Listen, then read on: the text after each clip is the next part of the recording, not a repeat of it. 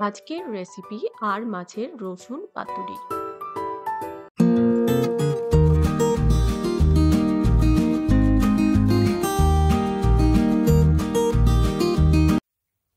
High friends, welcome back to my channel. আশা করছি সবাই খুব ভালো আছেন। আমি আজকে আপনাদের বানিয়ে দেখাবো আর মাছ দিয়ে রসুন পাতুরি।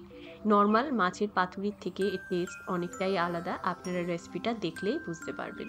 এটা গরম ভাত দিয়ে ভীষণ ভালো লাগে। তো আমার বাড়ির ছাদে টাটকা লাউ গাছের পাতা তুলে সেটা দিয়ে আজকে এই পাতুরিটা তৈরি করব। দেখুন পাতাগুলো একদম টাটকা যেহেতু গাছের, তো এই পাতাগুলো একদম বড় সাইজের পাতা নেবেন। যদি ছোট হয় তাহলে একটা পাতুরির জন্য দুটো পাতা লাগবে। তো এটার যে ডান্ডা রয়েছে এই ডান্ডাটাকে কেটে সরিয়ে দেবো। এগুলো আমরা চচ্চড়ি বা কিছু এরকম রান্নায় ইউজ করে নেব। তবে আজকের রেসিপিটার জন্য এটার এই লাউ ডাঁটাটাকে এভাবে কেটে সরিয়ে দিতে হবে, শুধু পাতাটা আমার লাগবে। তো এবারে পাতাগুলো ভালো করে ধুয়ে জল ঝরিয়ে নিয়েছি। এবার এর মধ্যে সামান্য একটু নুনের ছিটা দিয়ে এই পাতাগুলোকে একটু নরম করে নিতে হবে। এতে আর কিছুই না, এই পাতুরিটা যখন আমি মুড়বো তখন খুব সুবিধা হবে সেই জন্য। বেশি, বেশি চেপে একদম অতিরিক্ত নরম করলে কিন্তু ছিঁড়ে যাবে, সেইজন্য খুব বেশি করার প্রয়োজন নেই।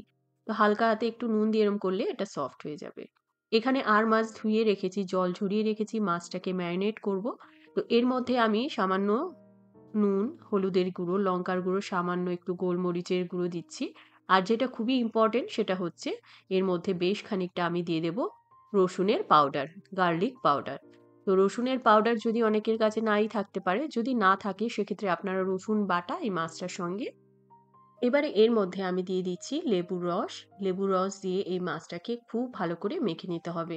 যেহেতু আর মাছটা মোটা মাছ, সেই জন্য এই মাছটা কিন্তু ম্যারিনেট করার পর আপনাদের অবশ্যই করে ২০ থেকে ৩০ মিনিট মাছটাকে রেখে দিতে হবে।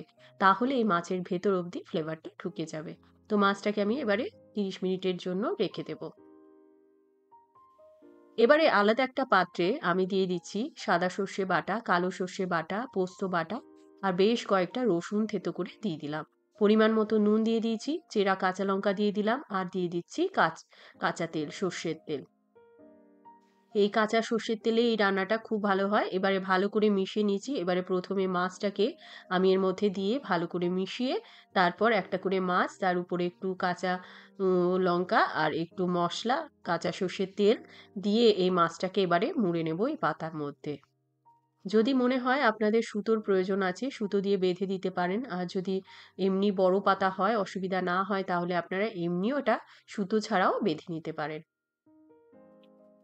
এইভাবে আমি করে নিলাম। এইভাবেও ভাজা যেত। যদি আপনারা সুতো ছাড়া করেন সেক্ষেত্রে যে দিকটা মুড়লেন সেই দিকটা পিঠটাকে ১ম এ তেলের দিকে দেবেন। তাহলে ওটা ওর সঙ্গে আটকে যাবে।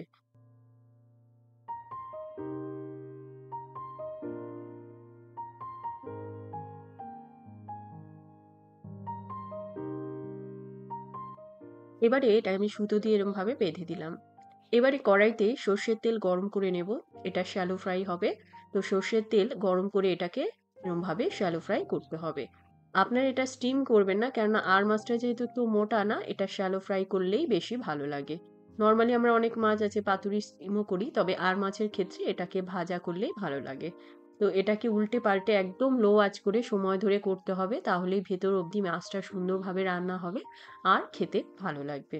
একদম উপরে যখন সোনালী কালার এসে যাবে তখন এটাকে নামিয়ে নিতে হবে। আঁচটাকে সবসময়ের জন্য একদম লোতে করে আপনারা ভাজবেন। তো এই মাছটা আমার হয়ে গেছে। এবার এটাকে একদম গরম, গরম বাসমতি চালের ভাত তার সঙ্গে এই পাতুরি সার্ভ করব। আমি আপনাদের কথা দিতে পারি এটা আপনারা খেলে এর ফ্যান হয়ে যাবেন। কিরকম লাগলো অবশ্যই জানাবেন। বাড়িতে ট্রাই করুন। আমাকে জানান আপনাদের কেমন লাগলো। যদি ভালো লাগে অবশ্যই লাইক করবেন। এরকম রেসিপি পেতে চ্যানেলটিকে সাবস্ক্রাইব করবেন। ভালো খান, সুস্থ থাকুন।